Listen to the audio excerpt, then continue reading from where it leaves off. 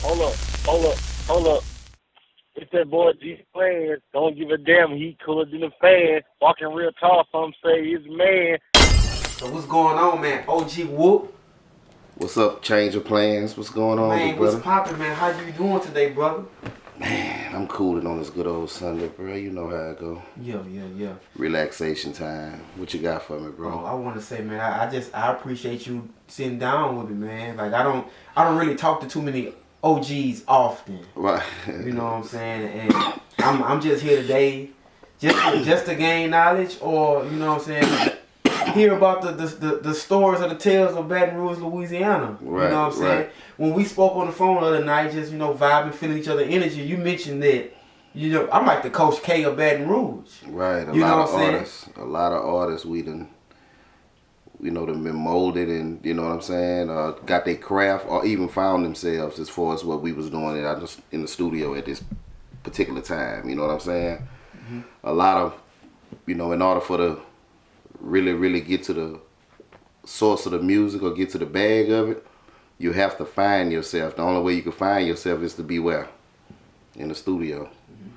So that's what we supplied over the years, and that's what a lot of people, found themselves and worked hard to get at, Yeah, so you saying like you the Coach K of Baton Rouge. Like, how did you get that name, or how did you develop that reputation in the city that like all the young upcoming talents are going to flock to OG Wook? They didn't really give it to me. I gave it to myself. You know what I'm saying? It's like fuck the world. You know what I'm talking about? I know what I do and I know what I accomplished out here. You know what I'm saying? They give you your flowers after you beat and spoke on it or what it is. You know what I'm saying? Like for prime example, not to really toot that bitch like that, but at the end of the day, we got a song. I'm 47 years old, son. We got a song on the radio and in clubs that's been banging up the past 3 years called Working These Hoes with me and C-Loc. Mm-hmm.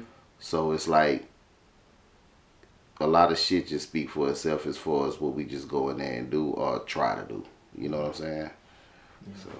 And that was a hit. I mean, you can hear it Yeah, in the club that actually right now. came out in 2010, man. That's an old song, to be honest with you, but it turned out to be something serious, you know what I'm saying? 2010, wow. Yeah, it came out, it got speed and recognition in like 2017. It's been rolling ever since. Straight up. Now, OG Wook, what part of Baton Rouge are you from? Uptown, Southside, 16 Myrtle.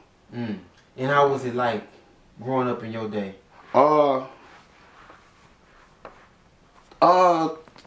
To be honest, you ever seen Paid in Full? Yes. Nothing no different. We was just in South Baton Rouge. Same shit. Nothing no different. Them upstate niggas wasn't doing nothing no different than what we was doing down here. Now that we see that now, you know what I'm saying? So yeah, if you saw Paid in Full, that was basically our lifestyle. But my end of it, what I mean by Paid in Full, because I was the dude who always did I always had a pair of hands as far as them turntables. I was a DJ. Mm-hmm. And I was making mixtapes throughout the hood. But as time went on, all the D-boys was coming by the mixtapes from the crib. You know what I'm saying? So after a while, there's one particular one, which I don't call no names, he was like, I'm not going to call his name, but he was like, man, make me a Bob Marley CD. And I didn't know nothing about reggae out there, but I did the shit. My mama had old records, Buku Bob Marley records. I just went through there and did it. Gave it to him, bam. So like 6 years later, he was like, dude, I'm about to open up a club. I want you to DJ. You did? Mm-hmm. Man, I was bagging grocery at the neighborhood store called Bet-R.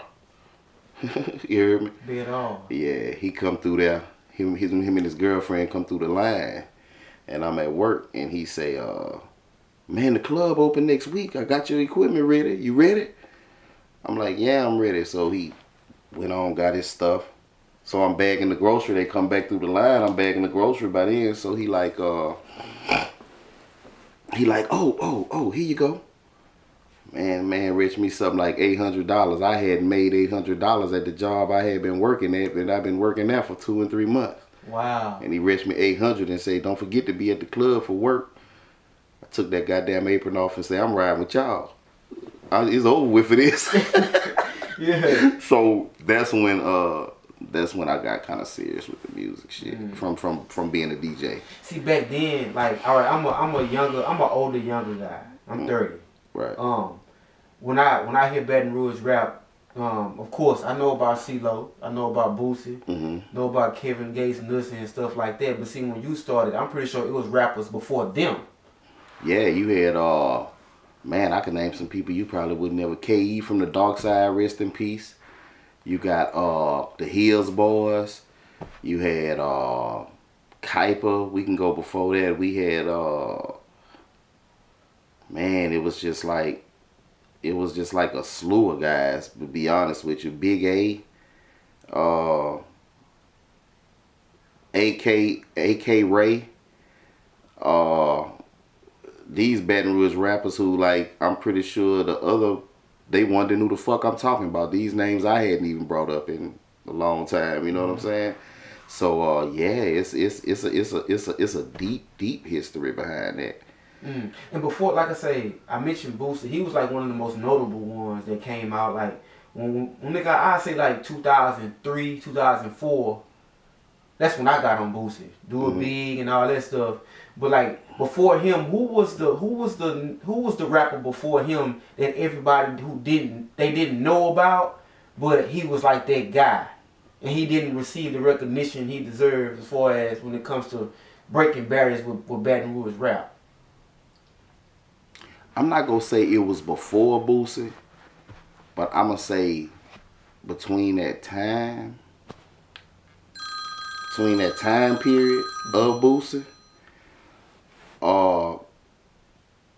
they had a fella named Lil Handy who died in a car wreck. He was the sickest. Lil Handy, I heard about Lil Handy. Yeah, he was the Baton Rouge soldier.